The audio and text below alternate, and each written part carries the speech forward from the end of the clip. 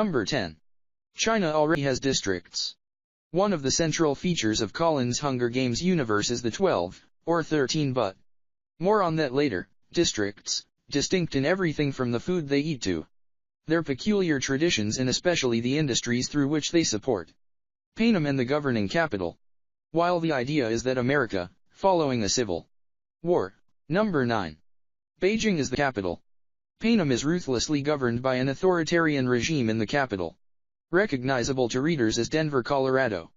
But the climax of the final book/movie, in which the protagonists must navigate a labyrinthine network of booby traps and confounding urban planning to reach the true government palace, feels a lot more like the Forbidden City. Number 8.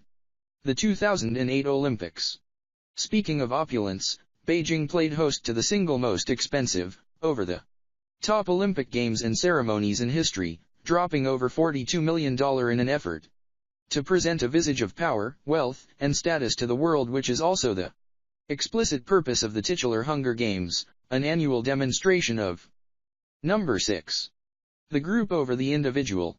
Confucian tradition not only explains why an entire nation would be complacent in the face of an ineffective, barbaric, oppressive government, it provides the context for the central feature of the Hunger Games stories, the games themselves.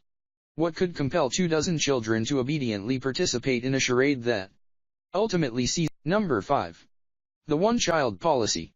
From 1979 to 2016, the policy will officially end next year. The Chinese government attempted to control the growth of its billions-strong population through a rule that mandated that couples, with some exceptions, could only have one child.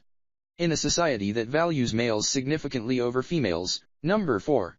Taiwan is District 13.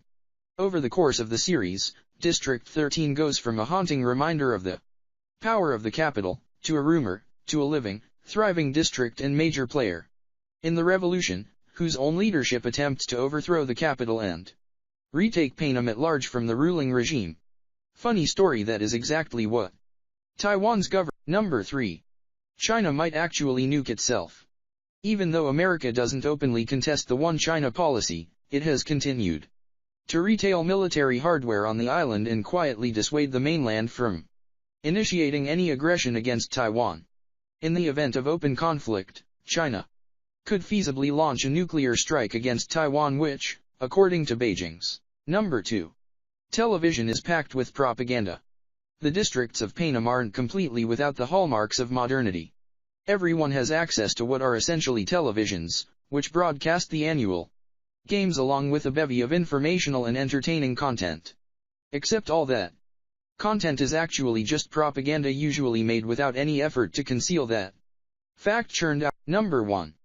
The Hunger Games happened in China, and it was called the Great Leap Forward.